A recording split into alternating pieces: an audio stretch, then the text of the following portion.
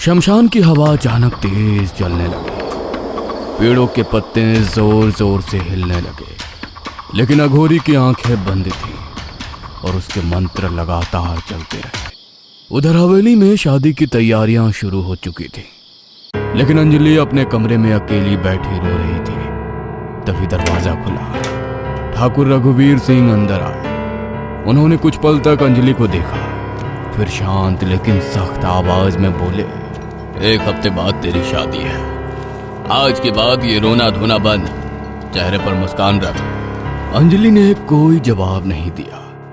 उसकी नजरें जमीन पर ही टिकी रहीं। ठाकुर उसकी तरफ 2 कदम और बढ़े।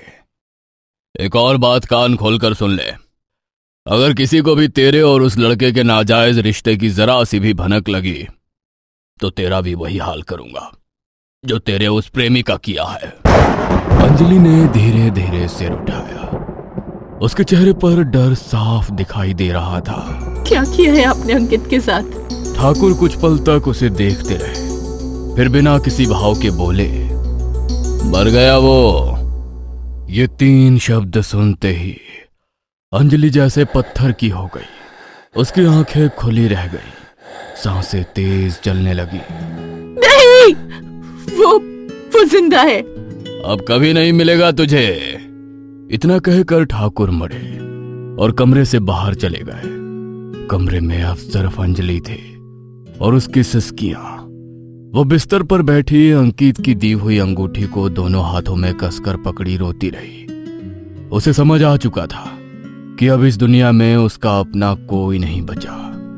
कुछ देर बाद उसने अपने आंसू पोंछे, धीरे से उठी और कमरे से बाहर निकल गई, उसी फैसले के साथ जो कुछ घंटों बाद उसकी जिंदगी का आखिरी फैसला बनने वाला था। पूरा घर सो चुका था। अंजलि दबे पांव हवेली के पीछे पहुंची। उसने कांपते हाथों से मिट्टी के तेल का ढक्कन खोला। उसकी आंखों के सामने एक एक करके सब कुछ घूमने लगा। नदी किनारे अंकित की मुस्कान, उसका हाथ पकड़कर किए हुए वादे, साथ जीने के सपने, और फिर उसके पिता के वो 3 शब्द, मर गया वो। अंजलि की आंखें बंद हो गई। उसने पूरी मिट्टी का तेल अपने ऊपर डाल लिया, जेब से माचिस निकाली, एक तीली जलाई। कुछ पल तक जलती हुई तीली को देखती रही, फिर उसने उसे अपने ऊपर फेंक दिया। अगले ही पल आग की लपटों ने उसके पूरे शरीर को घेर लिया।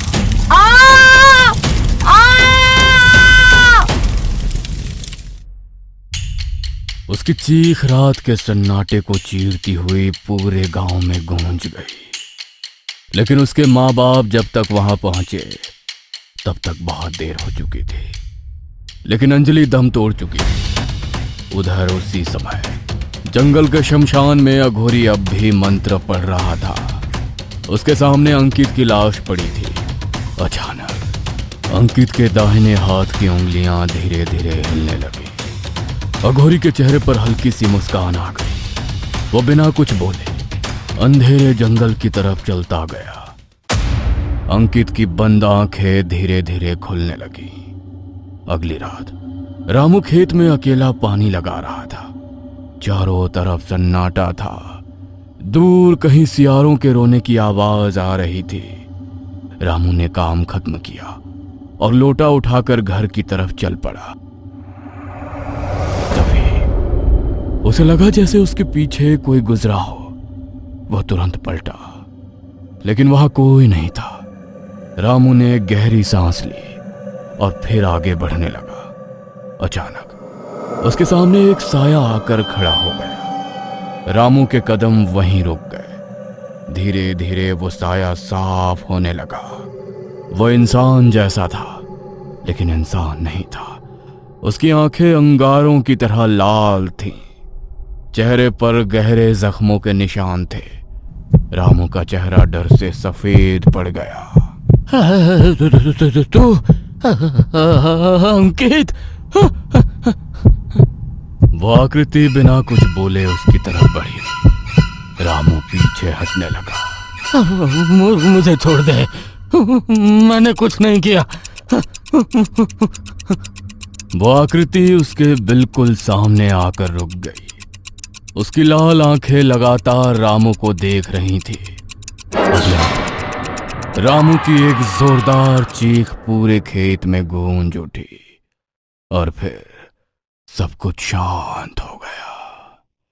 अगली सुबह ठाकुर रघुवीर सिंह, भोला और कालिया वहीं खड़े थे। मालिक, लगता है किसी जंगली जानवर का काम है। हाँ मालिक, निशान भी कुछ वैसे ही लग रहे हैं। जो भी है, गांव में दहशत नहीं फैलनी चाहिए। रामू का अंतिम संस्कार कराओ। कुछ देर बाद शमशान में रामू की चिता जल रही थी। उसी रात भोला और कालिया पास के गांव से लौट रहे थे। दोनों के हाथ में लालटेन थी। रास्ता सुनसान था। सुबह से एक ही बात दिमाग में घूम रही है। क्या? तुझे सच में लगता है रामू को किसी जानवर ने मारा है? या फिर क्या? कहीं अंकित वापस तो नहीं आ गया?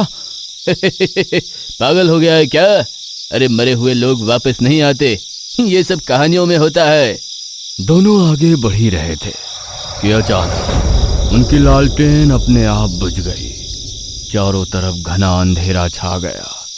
दोनों एक दूसरे की तरफ देखने लगे।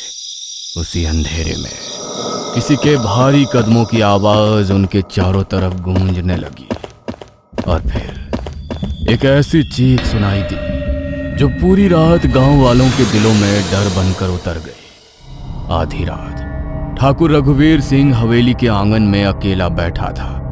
पूरी हवेली में सन्नाटा पसरा हुआ था। रामू, भोला और कालिया तीनों अब इस दुनिया में नहीं थे। पहली बार ठाकुर के चेहरे पर डर साफ दिखाई दे रहा था। तभी हवेली का मुख्य दरवाजा अपने आप धीरे धीरे खुल गया। हवा का तेज झोंका पूरे आंगन में फैल गया। कुछ पल बाद आंगन के अंधेरे कोने से कोई धीरे धीरे बाहर आया।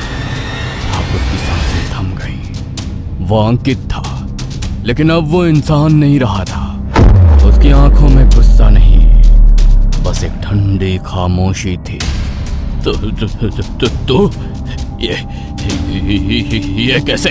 हाँ, जिस दिन आपने मुझे मारा था उसी दिन मेरा डर भी मर गया। अब सिर्फ हिसाब बाकी है। मैंने जो किया अपनी इज्जत के लिए किया। इज्जत, 2 जिंदगियां छीन कर मिली हुई इज्जत ज्यादा दिन नहीं टिकती। ठाकुर धीरे धीरे पीछे हटने लगा। उसकी नजर दीवार पर टंगी अंजलि की तस्वीर पर पड़ी। कुछ पल के लिए वो ठहर गया। अगर उस दिन मैं तुम्हारी बात मान लेता तो आज अंजलि जिंदा होती। ठाकुर ने भागने की कोशिश की, लेकिन उसके कदम वहीं रुक गए। उसने आखिरी बार अंकित की तरफ देखा। मुझे माफ कर दे। जिसे माफी देनी थी वो अब इस दुनिया में नहीं है।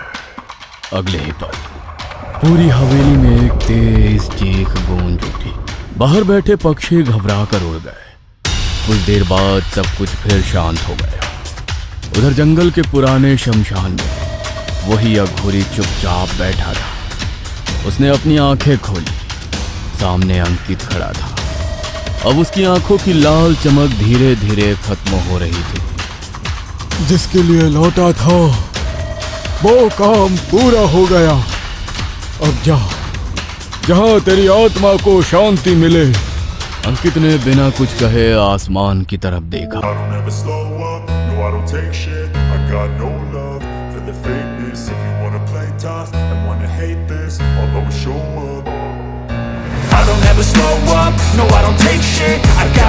love for the fakeness. If you wanna play tough and wanna hate this, I'll always show up and make a statement. I don't ever slow up, no I don't take shit. I got no love for the fakeness. If you wanna play tough and wanna hate this, I'll always show up and make a statement. Everything I do so